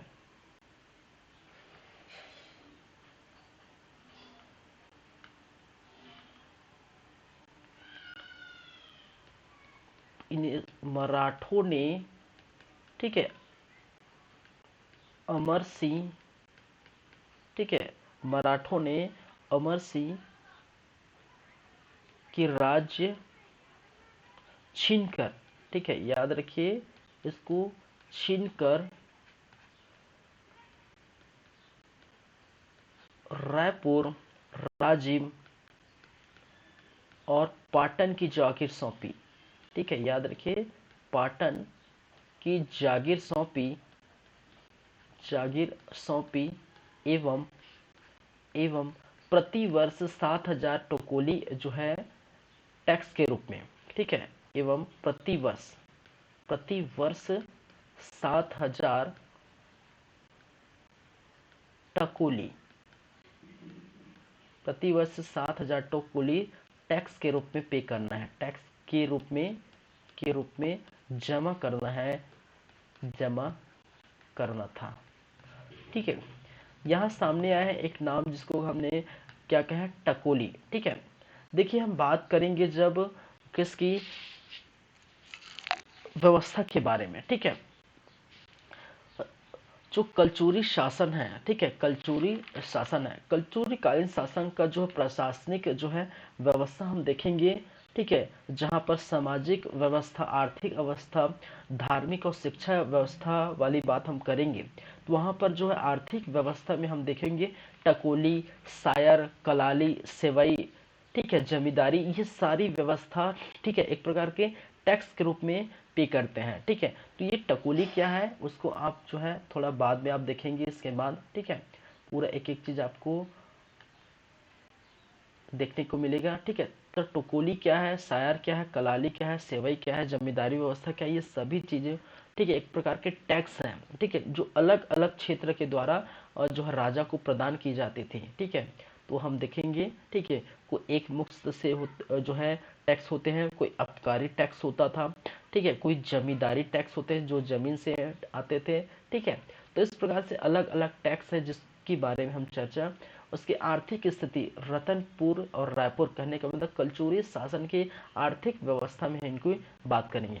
तो बस अभी याद रखिए कि अमर सिंह के विक्रम संवत 1722 से ये पता चलता है कि मराठों ने हमला कर दिया था ठीक है। और मराठों ने हमला करके इसकी जो राज्य है, ठीक है, अमर से जहाँ पर राज्य करते थे, जहाँ पर शासन करते थे, उनको छीन ली गई थी। और छीनने के बाद भाई साहब को भले चलिए छीन ले गए, लेकिन हम तो मराठा भी चला रहे हैं, ठीक है। नागपुर मराठा बहुत सारे क्षेत्र थे, तो उनको ये कहा गया कि चलिए भाई छीन तो लिए, तो रायपुर राज्य में पाटन की कुछ जागीर आपको दे देते हैं, आप रखिए। रायपुर, रतनपुर और पाटन पर जागीर रखिए, आप अपनी जो है आजीविका के साधन जुटाइए, ठीक है। आपका खाने पीने आजीविका के साधन वहीं से मिलेगा, ठीक है। तो रायपुर राज्य में रतनपुर की जागीर सौंप पर उनको क्या कहा गया कि आजीविका के साधन आप जुटाइए, वहीं से जो भी करना है करिए, ठीक है। लेकिन हमें क्या करिए, प्रति वर्ष 7,000 टकोली टैक्स के रूप में भी आपको देना पड़ेगा। मैं आपको रायपुर, रतनपुर और जो है सॉरी रायपुर, राज्य और पाटन दे देता हूँ, आप मुझे 7,000 टकोली टैक्स पे करिए।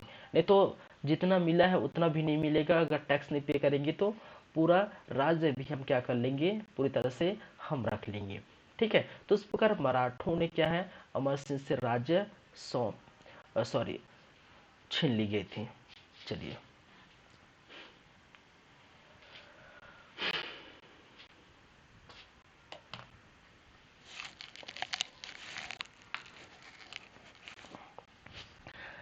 चलिए कुछ और बातें करते हैं। अब देखिए अमर सिंह है, ठीक है, एक है अमर सिंह, अमर सिंह,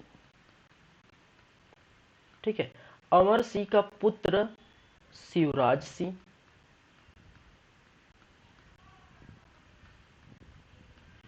शिवराज सिंह चौहान नहीं है, शिवराज सिंह, ठीक है।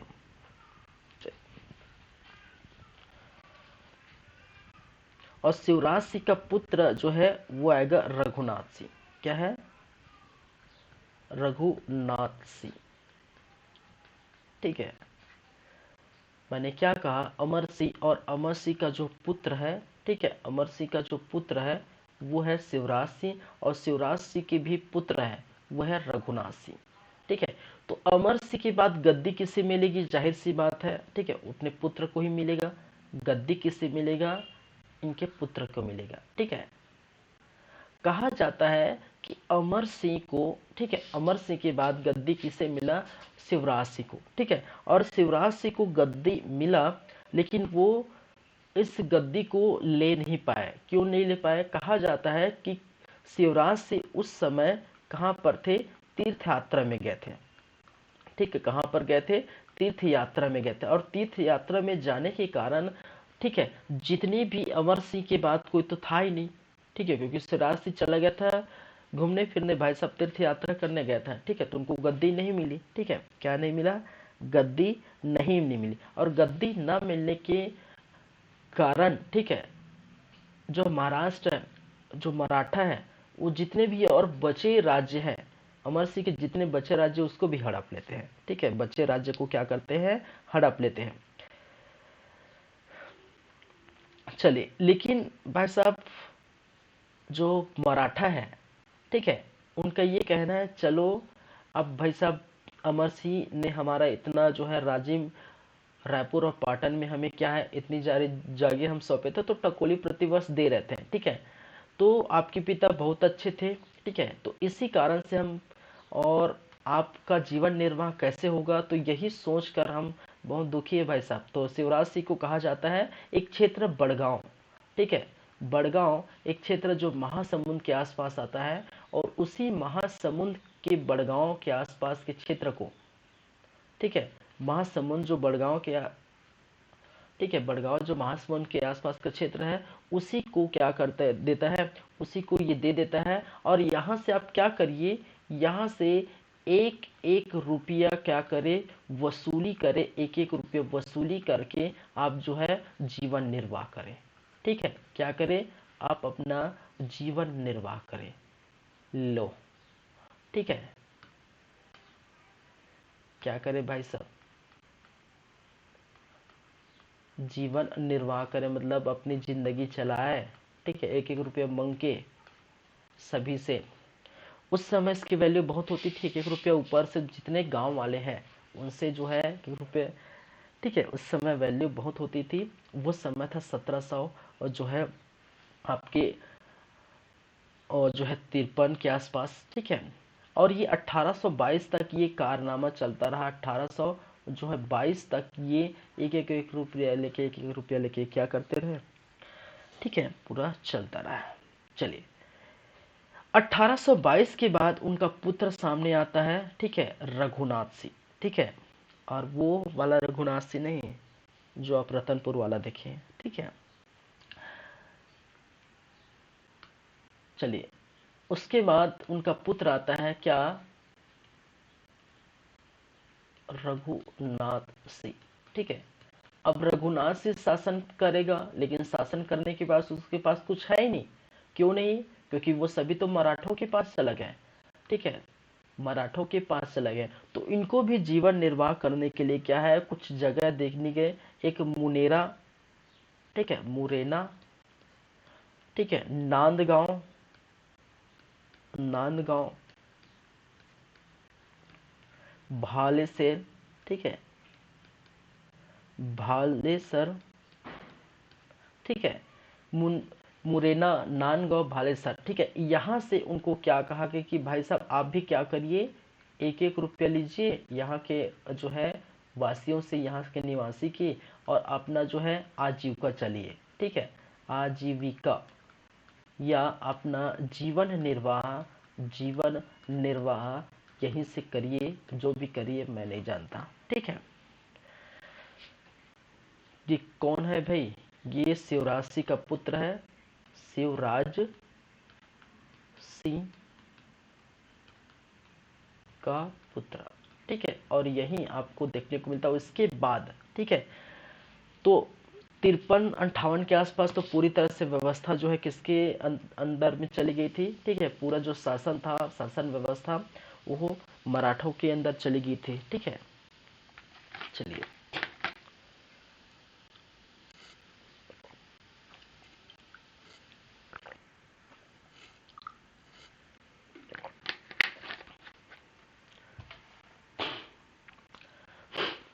चलिए, तो मैंने क्या कहा, अमर सिंह, अमर सिंह का पुत्र शिवराज सिंह, और अमर सिंह को जो है राजीव, रायपुर और पाटन जागीर सौंपी गई थी। वहीं शिवराज सिंह को जो है बड़गांव महासमुंद सौंपी गई थी। एक एक रुपये वसूली करके आप जो अपना जीवनी चलाए, जीवन निर्वाह करिए। ठीक है, वहीं उसके बाद रघुनाथ सिंह उनके पुत्र आते हैं। ठीक है, और रघुनाथ सिंह जो शिवराज का पुत्र है, मुरेरा, नांदगांव और भालेसर, ये तीनों जगहों से आप एक एक रुपया लीजिए यहाँ के वासियों से, निवासियों से, और अपना जीवन निर्वाह चलाइए। ठीक है, आजीविका चलाइए। ठीक है, ये सब बातें हो चुकी है। तो प्रॉपरली आप देख पाएंगे तो जितने भी शासक हैं, रायपुर के लाहौरी शासक हैं, ठीक है, उनकी चर्चा हम कर चुके हैं। ठीक है, रायपुर के जितने भी लाहौरी शाखा है उनकी बातें हो गई थी। ठीक है, अब इस प्रकार से आपका जो है रतनपुर के शासक हो गए, रायपुर के लाहौरी शाखा के शासक हो गए, और इसके बाद हम बात करेंगे कलचुरी कालीन प्रशासन की। ठीक है, जहां पर आप देखेंगे कलचुरी कालीन का जो हैरारकी, प्रशासन की हैरारकी, जैसे कि आप देखते हैं छत्तीसगढ़ में हमारे जो है भूपेश काका, ठीक है, भूपेश काका है ना भाई, तो भूपेश काका, ठीक है, तो छत्तीसगढ़ में क्या हायरार्की है आप देखेंगे, और जो है राज्य स्तर पर कार्य होगा, फिर उसका प्रशासन जो है वो राज्य स्तर पर वो खुद चलाते हैं। उनके बाद जो है जिले स्तर पर कुछ जो है मंत्री होंगे। ठीक है, कुछ विधायक होंगे, फिर साथ में प्रशासन में और जो कलेक्टर, डिप्टी कलेक्टर बैठेंगे, फिर नीचे पंचायत में जो है पंचायत सदस्य होंगे, पंचायत से और जो उनके मंत्री, रिलेटेड मंत्री होंगे। ठीक है, तो पंचायत कर्मी होंगे। तो इस प्रकार से जो हायरार्की रहता है, ठीक है, उसी प्रकार की हायरार्की जो है यहाँ पर देखने को मिलता है। केंद्र में जो प्रशासन रहने वाले केंद्रीय प्रशासन कहलाते हैं, स्थानीय प्रशासन उसके जस्ट नीचे। ठीक है, तो इस प्रकार से ये डिवाइड किया गया था। ठीक है, तो वो हम देखेंगे इसके बाद। तो चलिए फिर,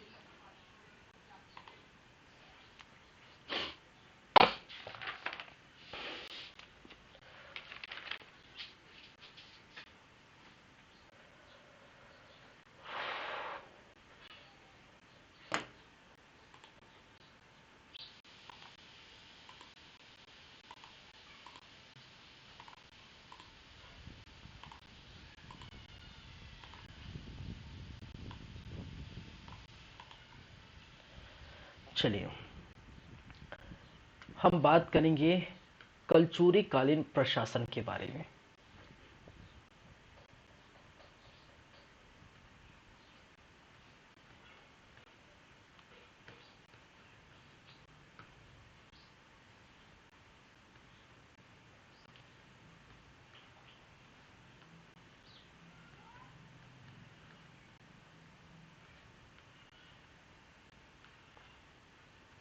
प्रशासन व्यवस्था।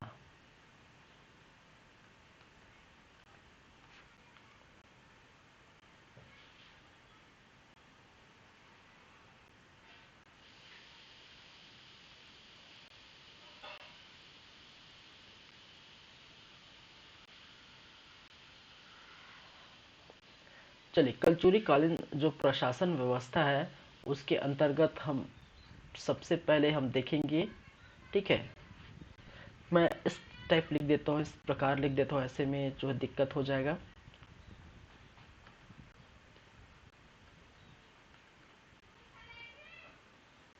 चलिए इसमें सबसे पहले नंबर पर हम बातें करेंगे वो है आपका केंद्रीय प्रशासन।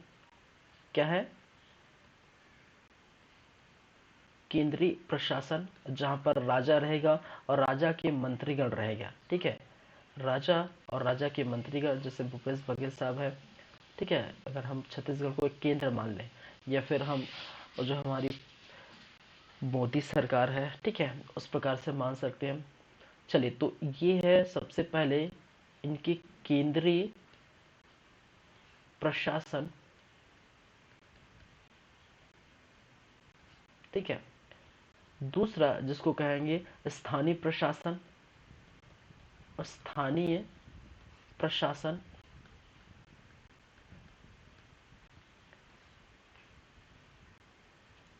थर्ड सामाजिक स्थिति, इसी के अंदर जो है सामाजिक व्यवस्था। ठीक है, कलचुरी कालीन शासन का सामाजिक जो है जीवन या सामाजिक व्यवस्था कैसी थी, आर्थिक स्थिति कैसी थी।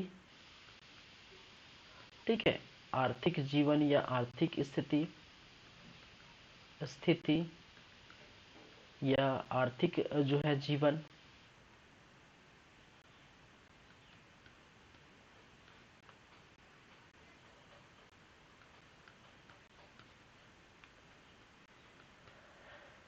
ठीक है, धार्मिक स्थिति। ठीक है, धार्मिक स्थिति कहने का मतलब है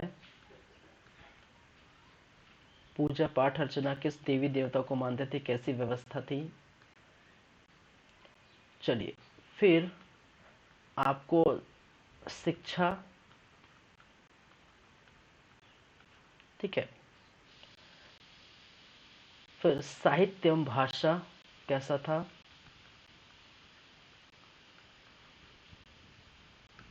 ये सारी बातें हम करेंगे।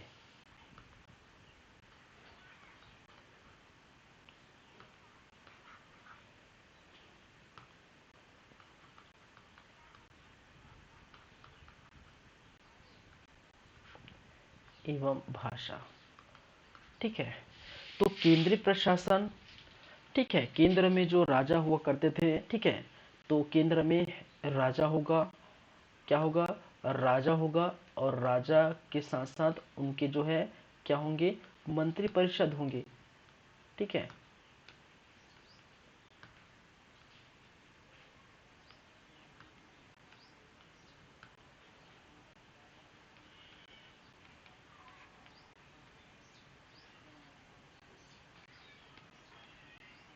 मंत्रीगण।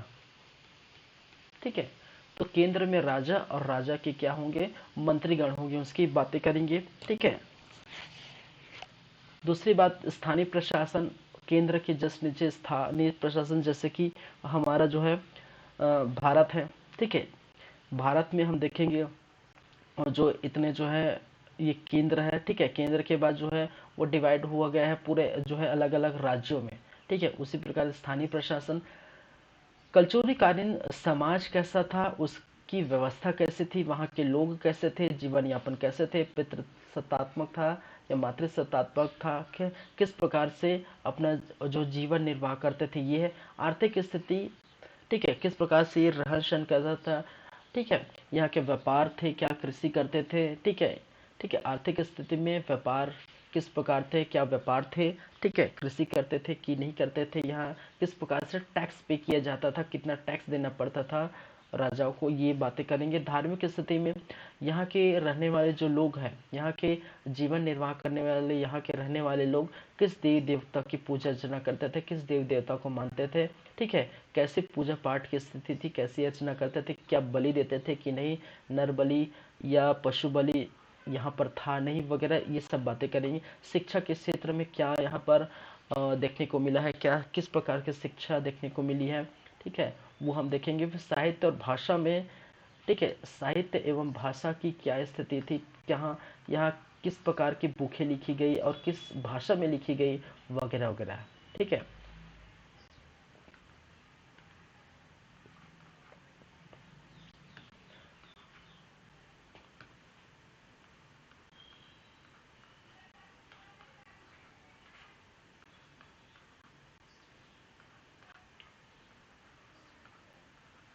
चलिए फिर चलते हैं। तो हम बात करें केंद्रीय प्रशासन की। ठीक है,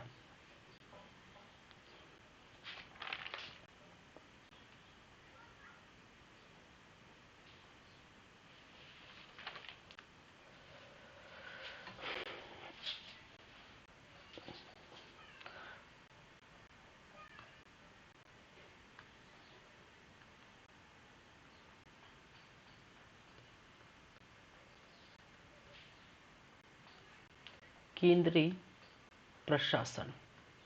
ठीक है, व्यवस्था।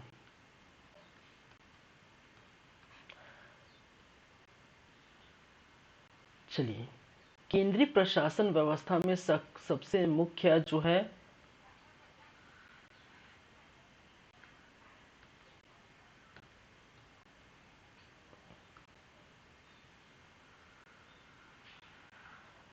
आपको जो देखने को मिलता है, ठीक है, वो है क्या, एक तो होंगे क्या,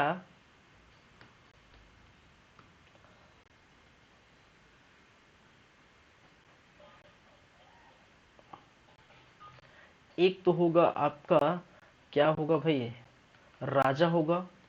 ठीक है, एक तो होगा राजा, और राजा के जितने भी क्या है, जितने भी मंत्रीगण हैं, मंत्री या फिर अधिकारी वर्ग। ठीक है, अधिकारी वर्ग। ठीक है, तो यहाँ पर अगर बात की जाए, राजा की बात की जाए, तो राजा क्या होगा भाई, राजा इस केंद्रीय प्रशासन का सर्वोपरि होता है। ठीक है, केंद्रीय प्रशासन व्यवस्था का, ठीक है, या शासन का प्रमुख बोल सकते हैं, राजा सर्वोच्च होता है। ठीक है, सर्व प्रमुख। ठीक है, तो प्रशासन का प्रमुख कौन है, याद रखिए, प्रशासन, प्रशासन का जो है सर्वोपरि या प्रमुख जो है, कौन कहलाता है, राजा का। तो राजा के बिना एक पत्ता भी नहीं हिलेगा, जाहिर सी बात है, राजा के बिना पत्ता भी नहीं हिलेगा। तो राजा यहाँ का प्रमुख होता था, और राजा जो भी, ठीक है, राजा और जो भी निर्णय करेगा, ठीक है, सबको मान्य होंगे। ठीक है, तो उनका निर्णय सर्वोपरि होगा, उनके निर्णय को कोई काट नहीं सकता। ठीक है, तो जाहिर सी बात है, राजा के बारे में सब जानते हैं। दूसरी अगर बात करते हैं, अगर मंत्री या अधिकारी वर्ग के, तो राजा देखिए, राजा जरूरी नहीं कि हर फील्ड में वो माहिर हो। ठीक है, राजा, राजा को पूरा जो है, जितने भी जो जनता है, ठीक है, उन जनताओं के जो है जितने भी, ठीक है, निर्णय है, ठीक है, वो लेते हैं जनताओं के लिए। तो भाई जाहिर सी बात है, राजा को सभी चीजों की जानकारी या सभी चीजों का ज्ञान नहीं होता। ठीक है, तो उसीलिए अब देखिए जैसे कि होता है, उसीलिए मंत्री या अधिकारी वर्ग रहते हैं, और मंत्री और अधिकारी वर्ग क्या होते हैं कि राजा को सलाह देते हैं उसके कार्यों के निर्वहन के लिए। ठीक है, कार्यों के निर्वहन के लिए राजा को सलाह देते हैं कि राजा साहब, हमारे क्षेत्र में जनताओं के लिए, ठीक है, क्या होना चाहिए, क्या नहीं होना चाहिए, क्या उचित है, क्या अनुचित है, ठीक है, किस प्रकार से व्यवस्था ग्राम में होना चाहिए, किस प्रकार से व्यवस्था नगर में होना चाहिए, ठीक है, हम जनताओं के लिए और क्या कर सकते हैं, ठीक है, वगैरह वगैरह की बातें, ठीक है। तो किस प्रकार की व्यवस्था होनी चाहिए, तो इनका सलाह, ठीक है, इनका सलाह देने को राजा, ठीक है, इनका सलाह देने के लिए मंत्री होते थे, अधिकारी वर्ग होते थे। सलाह मानना न मानना राजा पर था, ठीक है, कोई दबाव नहीं है क्योंकि वो सर्वोपरि होता है। लगता है उनके अनुसार लगता है कि अच्छा है तो मानेगा, और जाहिर सी बात है अगर मंत्रीगण अधिकारी वर्ग है, अच्छे जो है जानकार है उस फील्ड में, ठीक है, तो जाहिर सी बात है राजा इस बात को मानेगा, ठीक है। चलिए, तो मंत्री की बात करें, ठीक है, तो ये क्या होगी,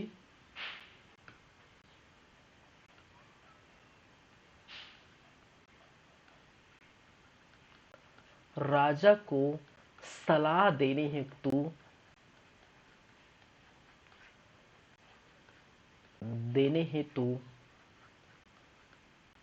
ठीक है, क्या रखी गई थी भाई,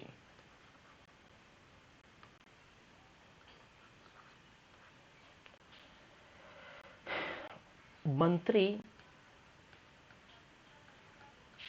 या अधिकारी वर्ग नियुक्त किए गए थे, ठीक है, अधिकारी वर्ग नियुक्त किए थे।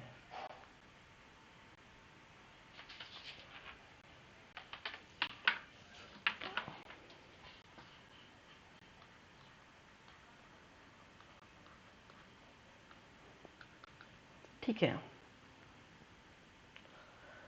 और जितने भी मंत्री हैं वो जाहिर सी बात है, ठीक है, कहाँ उनको सभी मिला के क्या बोलते हैं, मंत्री परिषद बोलते हैं, ठीक है, यहाँ भी वही चलता है, सभी को मिलाकर हम क्या बोलते हैं, मंत्री परिषद बोलते हैं, मंत्री परिषद। तो मंत्रियों का एक जो है ग्रुप है, ग्रुप ऑफ जो मिनिस्टर्स या मंत्री का जो ग्रुप है, उसको हम क्या बोलते हैं, वो मंत्री परिषद बोलते हैं। और यहाँ पर जो है मंत्री परिषद को एक और नाम से जाना जाता था जिसको कहते हैं अमात्य मंडल। याद रखिए, अमात्य अमात्य मंडल के नाम से जाना जाता है। तो कलचुरी शासन प्रणाली में मंत्री परिषद को किस नाम से जाना जाता है, वो जाना जाता है अमात्य मंडल, ठीक है। तो ग्रुप ऑफ मिनिस्टर्स या मंत्री के जो है ग्रुप है उनको हम मंत्री परिषद कहते हैं, और जिनका कार्य है राज्यों को अच्छे और बुरे कार्यों में उनको क्या है, बुरे नहीं कहने का मतलब जो अच्छा कार्य है उनके लिए क्या करना है, सलाह देना, ठीक है। और मंत्री परिषद को हम दूसरे नाम से जानते हैं जिसको हम अमात्य मंडल के नाम से जानते हैं, ठीक है। तो ये हो गया राजा जो प्रशासन का प्रमुख था, ठीक है, उनको सलाह देने के लिए जो है मंत्री या अधिकारी वर्ग रहते थे, और राजा को सलाह देने वाले इसी मंत्री या अधिकारी गण को हम किस नाम से जानते हैं, मंत्री परिषद, ग्रुप ऑफ मिनिस्टर्स, ठीक है। और इसी मंत्री परिषद का अन्य नाम है, दूसरा नाम है जो कलचुरी शासन प्रणाली में ये यूज होती है, उसको हम कहते हैं अमात्य मंडल। तो अमात्य मंडल कहने का मतलब है मंत्री परिषद। चलिए,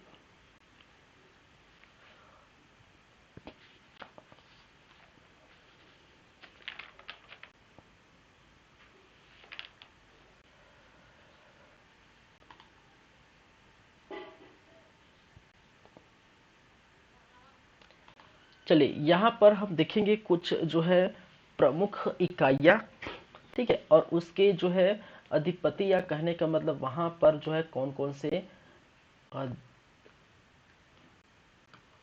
शासक थे, ठीक है। तो प्रमुख जो है,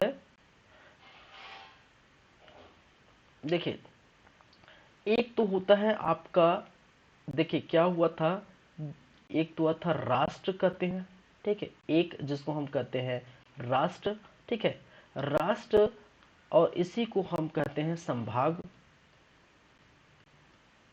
संभाग या राष्ट्र जो है वो किस में विभाजित था, विषय में विभाजित था, किस में भी विभाजित था, विषय में, और जिसको जिला के नाम से भी जाना करते हैं, जिला, ठीक है।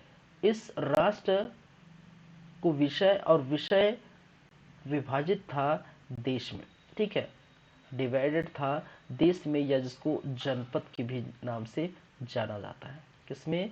जनपद, या इसको आम भाषा में तहसील के नाम से जानते हैं। वहीं पर अगर बात की जाए देश या जनपद, वो किसमें विभाजित था? वो मंडल में विभाजित था, ठीक है। किसमें? मंडल में विभाजित था। और मंडल 1 लाख जो है गांव का समूह, याद रखिए 1 लाख गांव का समूह। चलो पहले इसको लिख ही लेते हैं, ठीक है। मंडल में विभाजित था, और मंडल जो है विभाजित था किसमें भाई? मंडल विभाजित था गढ़ में, गढ़ विभाजित था 12 में। किसमें? 12।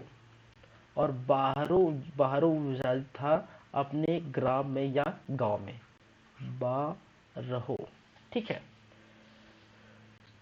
चलिए इसको मैं एक्चुअली कलर चेंज करूंगा इसलिए। चलिए इस प्रकार से हायरार्की आपको देखने को मिलता है, ठीक है। और राष्ट्र जो है, ठीक है, राष्ट्र विभाजित था अपने कहा? विश्व में, ठीक है। और राष्ट्र को हम किस नाम से जानते हैं? संभाग के नाम से जानते हैं, संभाग। और वहीं पर विश्व को हम जानते हैं, विश्व या विषय, इसको हम क्या कहते हैं? विषय, ठीक है, विषय। और विषय को हम जानते हैं किस नाम से? हम जानते हैं जिला के नाम से। और जो है देश या जनपद, वो हम जानते हैं तहसील के नाम से, तहसील, ठीक है। और वहीं पर अगर मंडल की बात की जाए तो 1 लाख गांव का समूह मंडल कहलाता है। 1 लाख गांव का समूह, गांव का जो समूह होता है वो क्या कहते हैं? वो मंडल कहलाता है। अब वहीं पर गढ़ है 84 गांव का समूह, 84 गांव का समूह, समूह। और बाहरों नाम से स्पष्ट है 12 गांव का समूह। क्या है? 12 गांव का समूह, ठीक है। और ग्राम तो 1 ग्राम होता है भाई, जाहिर सी बात है। ग्राम मतलब 1 गांव या 1 ग्राम, ठीक है। ग्राम मतलब गांव भाई, और 1 ग्राम, तो इस प्रकार से आप देख पाएंगे। देखिए अब यहाँ पर आपको देखने को मिलता है राष्ट्र में आपको उपस्थित होंगे राजा होगा, ठीक है। राष्ट्र में क्या मिलेगा? राजा होगा। विषय का अधिकारी जो है, प्रमुख अधिकारी विषयपति कहलाते थे, ठीक है, विषयपति कहलाते थे। राजा का प्रमुख अधिकारी, सॉरी, राष्ट्र का प्रमुख अधिकारी राजा था। विषय या जिला का विषयपति, तहसील का महामंडलेश्वर, ठीक है। मंडल का जो प्रमुख अधिकारी मांडलिक कहलाता था, मांडलिक, मांडलिक।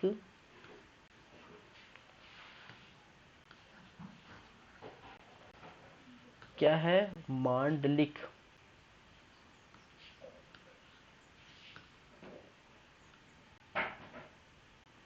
ठीक है, मांडलिक।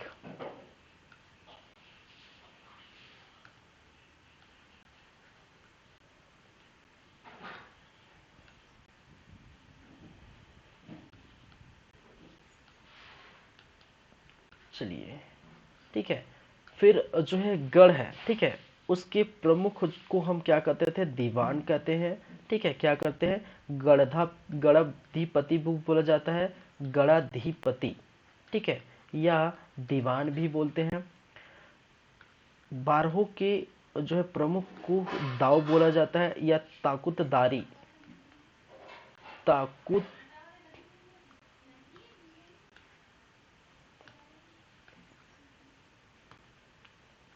सॉरी, तालुकदारी, ठीक है। क्या बोलते हैं? तालुकदारी बोलते हैं। ग्राम के प्रमुख को जानते हैं गौटिया के नाम से जाना जाता था, ठीक है। तो इस प्रकार से राजा, विषयपति, महामंडलेश्वर, मांडलिक, दीवान, दाव और गोटे, इस प्रकार से ये हायरार्की आपको देखने को मिलती है। कहाँ पर? प्रशासनिक व्यवस्था। प्रशासनिक व्यवस्था में राष्ट्र को डिवाइड किया गया था विषय में, और राष्ट्र को संभाग कहा गया है। और संभाग का जो प्रमुख राजा होता था, विषय का राजा विषयपति, ठीक है। विषय को डिवाइड किया गया है, इसके के नीचे आपको देखने को मिलेगा जनपद, और इसका जो है प्रमुख महामंडलेश्वर। महामंडलेश्वर, ठीक है। फिर देश के बाद आपको देखने को मिलते हैं मंडल, ठीक है। 1 लाख गाँव का समूह जो मांडलिक इसका प्रमुख है। गढ़, 84 गाँव का समूह जो इसका प्रमुख है दीवान, ठीक है। गढ़ के बाद बारहो देखने को मिला जो 12 गांव का समूह दाऊ कहलाता था। ग्राम, एक गांव, ठीक है। उस गांव का जो है प्रमुख होता था वो कहलाता था गौटिया, ठीक है।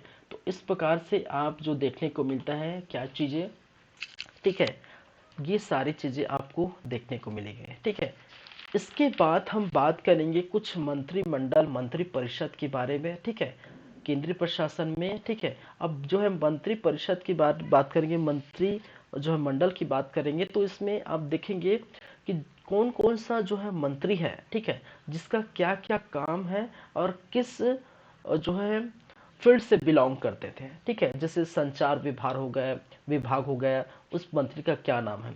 धार्मिक विभाग हो गया, उस मंत्री का क्या नाम है। विदेशी विभाग हो गया, उस मंत्री का क्या नाम है। दुर्ग या किले का रक्षक का मंत्री का क्या नाम है। हाथियों के जो है उसके व्यक्ति का क्या नाम है। टैक्स लेने वाले, वसूलने वाले व्यक्ति का क्या नाम है। न्याय देने वाले व्यक्ति मंत्री का क्या नाम है। चोर पकड़ने वाले जो है मंत्री का क्या नाम है। यातायात, कर, नगर, इनकी व्यवस्था करने वाले मंत्री का क्या नाम है।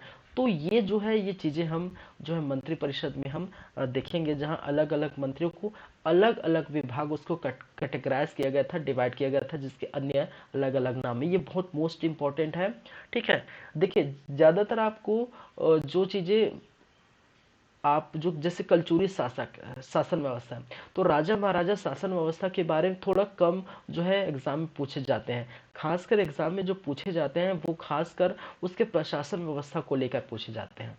ज्यादातर क्वेश्चन आपको देखने को मिलता है प्रशासन व्यवस्था को देखने को मिलता है, खासकर ऐसी चीजों में, ठीक है। तो और ये जो है कलचुरी शासन में ज्यादा प्रशासनिक व्यवस्था जो है थोड़ा जो है बहुत बड़ा है, ठीक है। और इसका, और जैसे कि मराठा हम देखेंगे उसका भी प्रशासन व्यवस्था बहुत बड़ा है। तो मराठा और जो है कलचुरी का सबसे इम्पोर्टेंट जो चीजें हैं वो प्रशासनिक व्यवस्था ही है, ठीक है। तो नेक्स्ट जो है वो बातें नेक्स्ट टाइम करेंगे। आज की क्लास हम जो है यहीं पर रखेंगे, क्योंकि आज का समय हो चुका है। कल की क्लास में हम बातें करेंगे इसके आगे की कहानी, और जो भी मंत्री हैं उसकी कहानी हम बात करेंगे, ठीक है। चलिए फिर, thank you guys, thank you class, मिलते हैं नेक्स्ट टाइम और आगे इसकी चर्चा करेंगे। तो कलचुरी डायनेस्टी पार्ट 4 है, नेक्स्ट टाइम पार्ट 5, और पार्ट 5 में आई थिंक पार्ट 5 पार्ट 6, ठीक है, पार्ट 5 में हो जाएगा ख़त्म, मेरे ख्याल से हो जाना चाहिए, हो जाएगा, ठीक है। तो पार्ट 5 तक ये ख़त्म हो जाएगा। उसके बाद जो है जितना भी बचा है वो सोमस उड़ीसा, फिर उड़ीसा के सोमस, फिर कुछ नाग वंश बचे हैं, फिर उसके बाद जो है उसके बाद आपका जो चलेगा मराठा, ठीक है। फिर उसके बाद 1857 की क्रांति वगैरह वो हम देख लेंगे। चलिए, ठीक है, चलिए, थैंक यू गाइस।